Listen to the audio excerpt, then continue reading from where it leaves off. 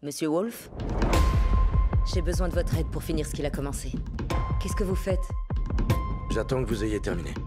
Pour pouvoir... Passez à l'action. Et oui, 8 ans que le premier Mr. Wolf est sorti au cinéma. Ils le disent dans le film d'ailleurs, hein, ils rappellent ce temps qui est passé. 8 ans quand même, 2016. Mon Dieu, on dirait pas comme ça, mais ça commence à dater. Et je dis 8 ans, évidemment, en tenant compte du moment où il a été tourné, au moment où il est sorti chez nous. Enfin bref, vous voyez que ça devient beaucoup plus neuf, voire 10. Mais parlons du film. Et si on revoyait le plan ensemble? Y a un plan? T'as de ces délires dans la tête? Super idée, allons nous faire tuer! Mr. Wolf 2, The Accountant 2. Mr. Wolf parce qu'il y a 2 F à Mr. Wolf. Donc le titre français qui semble-t-il parlait plus aux gens que le comptable. The Accountant 2. Donc voilà, Mr. Wolf 2 revient, donc comme on l'a dit, 8 ans, voire un peu plus, en fonction de quand vous le voyez. Donc il y a du temps qui est passé, mais on retrouve un peu ce qu'on voulait, entre autres les 2 acteurs principaux, et surtout, le film est toujours réalisé par le même monsieur Gavin O'Connor. Alors monsieur Gavin O'Connor, c'est devenu le nouveau poulain de Ben Affleck, puisque c'est lui qui l'avait dirigé dans The Way Back, par exemple, et évidemment celui qui avait réalisé le premier Mr. Wolf. À moins que ce soit le contraire, ce soit Ben Affleck qui soit devenu le poulain du réalisateur, mais je ne pense pas, parce que le film est produit par Ben Affleck, et au passage, dans les producteurs du film, on a le grand pote de Ben Affleck, Matt Damon, donc voilà, en tout cas, on a aussi ce nom-là qui s'ajoute au film. Donc je vous ai dit qu'on retrouvait à l'affiche du film, évidemment, Ben Affleck et Jon Bernthal, ça, vous l'imaginez, et heureusement, ils sont de retour. Peut-être aussi, ce qui n'a pas aidé à produire le film plus tôt, parce que s'il fallait que le réalisateur et les acteurs soient disponibles, eh ben, ça a sans doute repoussé un petit peu le projet. Mais dans ce film, on a aussi, alors bien que ce soit pas le rôle le plus important, on a quand même l'actrice mexicano-américaine Daniela Pineda. Je pense que ça doit être Pineda, mais j'ai pas vérifié. Enfin, on va l'appeler Pineda, c'est écrit sans la tilde, qui mérite juste qu'on touche un petit mot sur elle. Et ben, tout simplement parce que je trouve qu'elle arrive à faire une tueuse charismatique. Hollywood ces dernières années a essayé de nous mettre des femmes fortes et tout un peu à tout va, et souvent ça ce n'est pas très juste. Elle, je sais pas si elle a la capacité de porter tout un film en tant que femme d'action, mais je trouve que avec la tête qu'elle a, le maquillage qui va avec pour faire ressortir la tête, mais ça vaut aussi pour les mecs, évidemment, je trouve qu'elle arrive à avoir une certaine présence assez sauvage qui va assez bien avec le rôle, et en plus, elle n'est pas moche, ce qui fait que je trouve elle arrive à trouver ce truc cinégénique qui fait que, eh ben, on a envie, entre guillemets, d'apprécier ce personnage de par la présence qu'elle a à l'écran, sans bien sûr non plus dire que c'est absolument incroyable. Le duo Jon Bernthal, Ben Affleck mérite qu'on parle de lui, parce que c'est vraiment, vraiment le centre de ce film, j'ai envie de dire, même si faut attendre un petit peu quand même pour qu'il se reforme, mais leur duo est vraiment très très bon. Alors, j'ai pas forcément trouvé une alchimie entre les acteurs, mais aussi de par la manière qu'ils ont de jouer. On rappelle que le personnage de Mr. Wolf est quelqu'un qui souffre de quelque chose du trouble autistique, on va rester comme ça, et donc forcément, sont pas totalement sur la même longueur d'onde. Cependant, leurs échanges sont absolument somptueux. Il y a une scène où ils sont sur des chaises, sur une caravane, et c'est un dialogue qui mélange l'humour, mais qui permet aussi de développer un peu les personnages, de parler de différents trucs. Je trouve que c'est une scène superbement bien écrite. Et l'échange entre les 2 personnages fonctionne très très bien. Alors, bien que ce soit pas du tout la même approche que celle du fameux buddy movie des années 80-90, L'Arme Fatale et compagnie, on n'a pas cette même approche-là, mais on retrouve un peu cette essence dans le film, c'est-à-dire que l'intérêt principal de ce film, ce sont ces 2 personnages et comment ils interagissent l'un avec l'autre, mais aussi l'un avec l'autre, et les 2 en duo par rapport à la situation. Donc je trouve vraiment que ça fonctionne. D'ailleurs, je profite pour dire, le film a beaucoup d'humour. Et d'ailleurs, la salle a plutôt bien réagi, la salle dans laquelle j'étais. Alors attention, c'est pas une comédie, les gérants étaient pas en train de se taper sur la cuisse, mais il y avait beaucoup de petits sourires comme ça, la preuve que l'humour fonctionnait. J'ai vraiment eu l'impression que les gens dans la salle ont passé un très bon moment à ce niveau-là. Et je dirais que l'humour est quelque chose de très important dans ce film parce qu'il est pratiquement partout. D'ailleurs, je vous cache pas que l'une des premières scènes du film où on a donc Ben Affleck, Mr. Wolf, qui va à un speed dating, c'est assez rigolo quand même. Faut le dire, c'est assez réussi et rigolo. Donc voilà, l'aspect humour pour moi est très réussi et au-delà de ça, la cohésion, j'ai envie de dire, entre les acteurs, en tout cas ces deux-là qui sont les principaux du film, ça fonctionne très bien.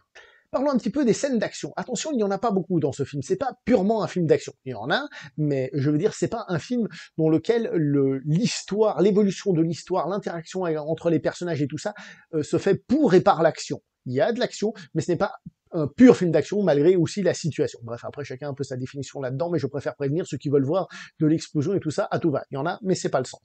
Les scènes d'action sont le moment où la réalisation est la plus belle, la plus intéressante, j'ai envie de dire. Alors attention, rien de révolutionnaire, hein.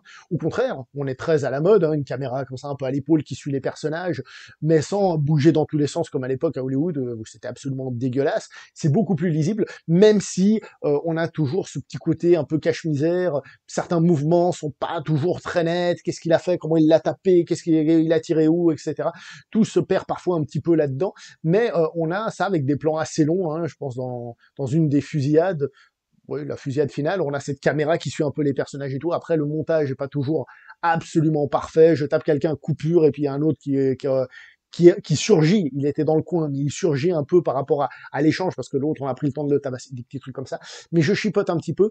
C'est pas une réalisation grandiose, mais je trouve que c'est là où c'était le plus visuel, et j'ai fait, ah ouais, franchement, c'est pas mal, ça fait le taf. Il y a ce côté impressionnant que le cinéma hollywoodien actuel a réussi à atteindre dans ses meilleurs moments, et on va dire dans la moyenne, mais c'est une moyenne qui est acceptable de nos jours, donc j'ai trouvé ça plutôt intéressant. La mise en scène, cependant, dans le reste du film, elle n'est pas mauvaise, hein, dans tout ce qui n'est pas scène d'action, elle n'est pas mauvaise, hein, mais elle n'est pas non plus incroyablissime.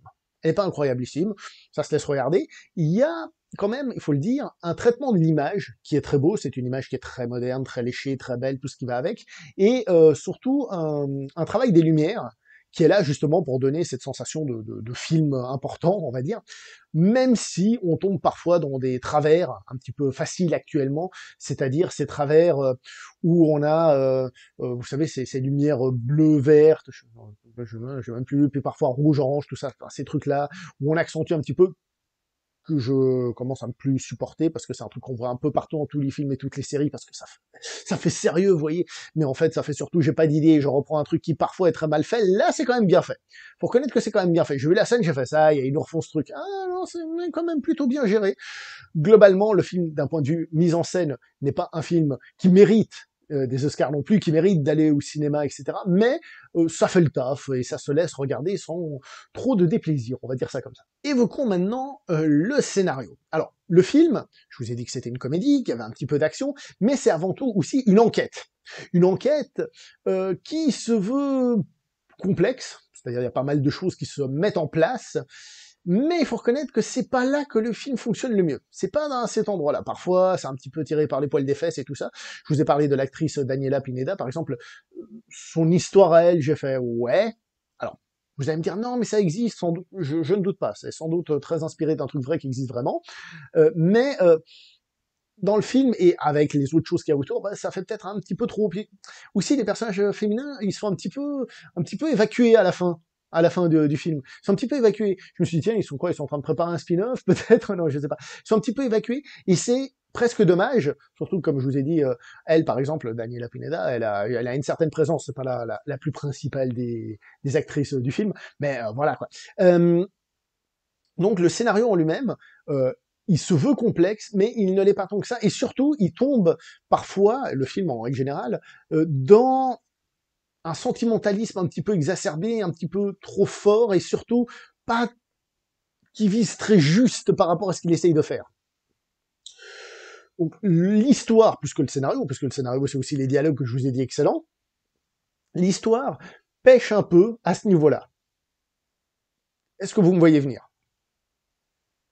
Je reviens sur les body movies, L'Arme Fatale et compagnie. Je vous ai dit que c'était comment les personnages interagissaient entre eux et comment le duo interagissait avec la situation. Ce que je veux dire, c'est que c'est ça le centre du film. C'est là où il y a le goût et c'est le truc qui est là. Si je vous dis de me dire les méchants de L'Arme Fatale, comme vous êtes fan du film, vous allez me les citer. Mais je veux dire, il y a dans la plupart des body movies, ce soit Tango et Cash, ce que vous voulez, les méchants sont pas la chose la plus importante. Ils sont là pour nourrir le moteur, qui est l'échange entre ces deux personnages. C'est pas la confrontation gentil-méchant qui en est réellement le moteur. Et ben, on retrouve un petit peu cette idée-là, à ce niveau-là. C'est-à-dire que, encore une fois, comme je dis, le goût est dans l'échange entre les différents personnages, l'humour qui s'en dégage, aussi avec d'autres personnages que les deux, hein, évidemment, à certains moments, et ces situations-là. C'est là qu'il y a l'intérêt. Après, le film, il a aussi un côté thriller technologique, qui est pas inintéressant et qui, évidemment, parfois va faire on se pose la petite question de est-ce que c'est bien, c'est pas bien. C'est un petit peu rapide, mais voilà, la question est posée, etc., etc. Donc c'est toujours un plus. Mais c'est vrai que d'un point de vue enquête, on va dire, et tout ça, c'est pas là où le film brille le plus. Vous l'aurez donc compris, je pense, c'est un film qui mélange en fait plusieurs choses. C'est une enquête, sans être un film policier, dans le sens où ce ne sont pas des policiers, il y a un côté, comme je vous ai dit, technologique, il y a beaucoup d'humour, mais l'humour qui s'intègre bien à l'enquête et à tout ça, des personnages qui sont intéressants dans leurs interactions, et une touche d'action, et globalement, vous voyez que l'action, je vous ai dit, c'est plutôt bien fait, mais c'est pas non plus la folie furieuse, je vous ai dit que la mise en scène, c'était sympathique, mais c'est pas la folie furieuse, les acteurs, ils sont sympathiques, mais c'est pas la folie furieuse en tant qu'acteurs, même si dans leurs échanges, c'est plutôt correct. Et donc, ça résume le film. Le film est très sympa. Franchement, il se suit sans aucun déplaisir. Il fait 2h10 et quelques, peut-être. C'était 32 que c'était indiqué. Bref, 132, donc. Le film passe. Il y a un petit peu de tout ça, qui fait que le film fonctionne. Il est très divertissant. C'est un film qui est très divertissant, qui est plutôt très réussi, etc. Et donc, c'est un film dans lequel on passe un super moment. Mais c'est pas évidemment un film qui aura un impact plus grand dans l'histoire du cinéma. Mais est-ce qu'on va voir ce film en espérant voir qu'il y a un impact dans l'histoire du cinéma ? Je ne pense pas qu'on cherche à ce que ce film soit un film qui ait un impact dans l'histoire du cinéma. Mais j'arrête là. D'accord, vous avez compris le principe. Voilà. Moi, j'ai bien aimé. C'est pas parfait. C'est pas le plus grand film du siècle. Mais c'est un bon divertissement qui, je pense, plaira à ceux qui ont aimé le premier. Et d'ailleurs, je trouve qu'il est beaucoup plus fluide que le premier film. Plus réussi à mes yeux, globalement. Je dis ça, je dis rien.